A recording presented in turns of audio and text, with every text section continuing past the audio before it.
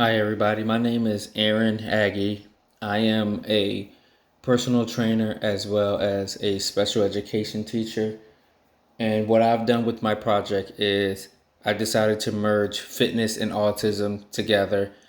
And what my study will show is that fitness has a great effect on a child with autism and allow them to be able to develop greater life skills outside of the school just through exercise and through repetitive movements through physical movements.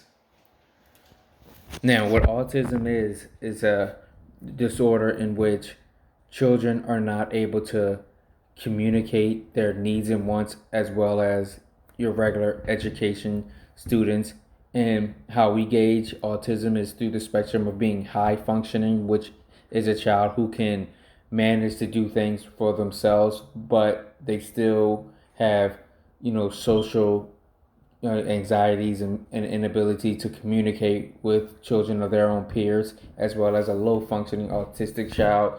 who isn't able to quite grasp information and be able to grow mentally at the stages that they should. So they tend to be stuck in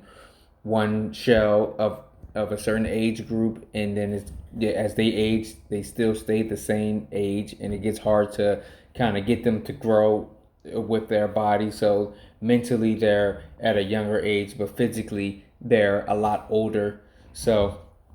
what I done when I was in special ed was I worked in life skills program,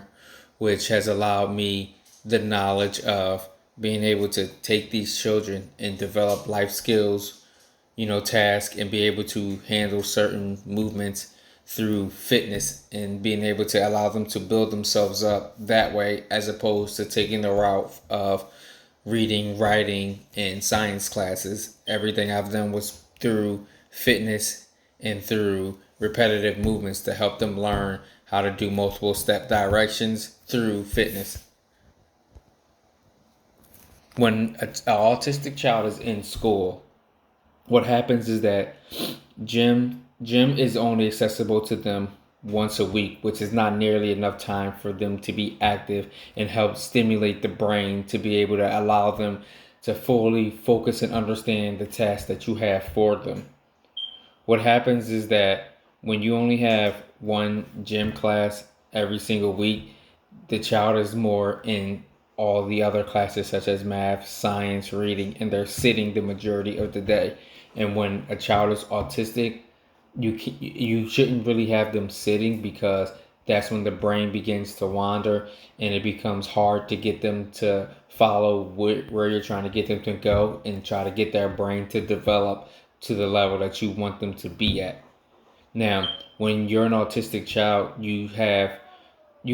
less of ability to have, gross motor skills and your fine motor skills because they lack behind the other regular ed kids. So being forced to sit in a classroom does not have the effect of building those skills up to be able to handle day-to-day tasks. In my overall study, I had four autistic children within this study that their parents signed them up for. And for me, it was the ability to see these kids at the very beginning of their program and kind of help them build themselves up to become a lot more stronger, with their fine motor skills and their growth motor skills as well. What my methods were was I wanted to develop two-step directions, one that I gave before the workout and one that I gave after the workout to test their cognitive responses and also be able to see where their fine and gross motor skills were. What I used is what we call PECS, which is an image of an object that is on a piece of paper so that the kids can actually see what the objects are. And I would demonstrate the instructions that I want them to do. And then it was up to them to be able to follow through on the instructions that I gave them. And the point of the study was to see if they were able to do it more effectively after they work out than if they were to do it at the beginning of their workout. Now, what I did was these four clients, I was able to train them twice a week for an hour,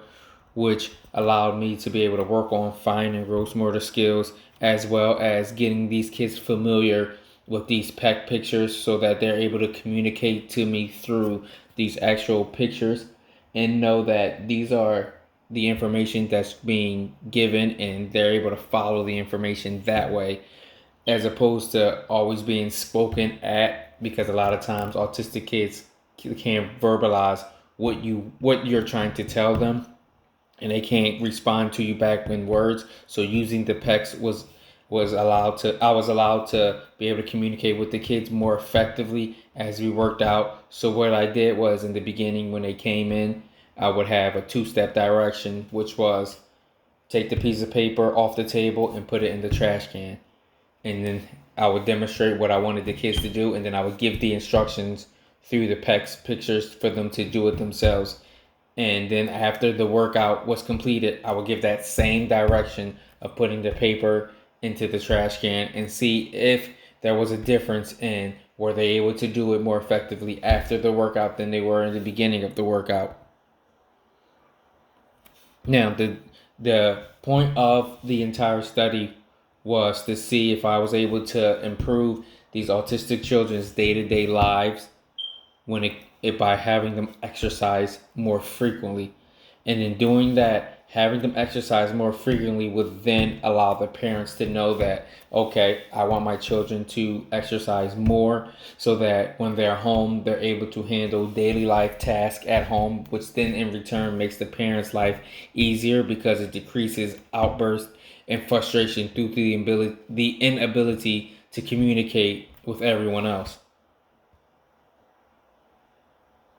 The training consisted of hand strength movements, hand-eye coordination, and building from playing pitch and catch with these kids just to get their hands moving so that their eyes and their hands were always on the same page. Throughout the training, we were able to build on two-step directions and go from not understanding, what's being asked to fully understanding the task that's being asked and having them put out the task and do the task without any issues. Once the task was able to be mastered, I was able to move on to other two-step directions for other things, such as taking a hanger and putting it on the shirt and then hanging the shirt into a closet. So being able to go from a simple two-step directions to three-step instructions, the children should be able to master all of these instructions and be able to only ask one time for them to do these instructions. When I used the PECs, the children on average were able to improve from 1 month to the next month, and it improved by around 30% more improvement overall for the kids as a whole with the PECs than without the PECs, which, as you see on the next slide, when I never used the PECs, the children rarely were able to finish the two-step directions. The majority wouldn't even begin to start multiple step directions. We would literally be in the beginning of each process. But with the PECs, we were able to see a significant improvement when it came to communicative skills and being able to use their needs and wants through these PECs. So in this discussion, fitness and exercise are proven to have so many health benefits, from blood flow to brain stimulation with children that have special needs such as autism, and the need to exercise becomes even greater. So when the children were asked to do these movements before they started exercising, none of the children were able to do these two-step directions. But once exercise was implemented for the first couple months of these kids' program, they were able to not only have much fewer outbursts, but they were also able to achieve these two-step directions and move on to more complicated movements throughout the entire day. So the goals and the needs were met through exercise, and they were able to build up to be able to do daily activities from their home life and be able to help out the parents more than they were before they started training. But within my study, since I was only able to do the study with 4 children, I believe that being able to broaden this study out a little further within, like, implementing it in an entire school district and having hundreds of autistic children follow the same format, we will be able to get a much greater percent and be able to build upon the study and information that I already started. That's where I ultimately want to be. But because I'm only limited to the children that I do service, which was only 4 of them,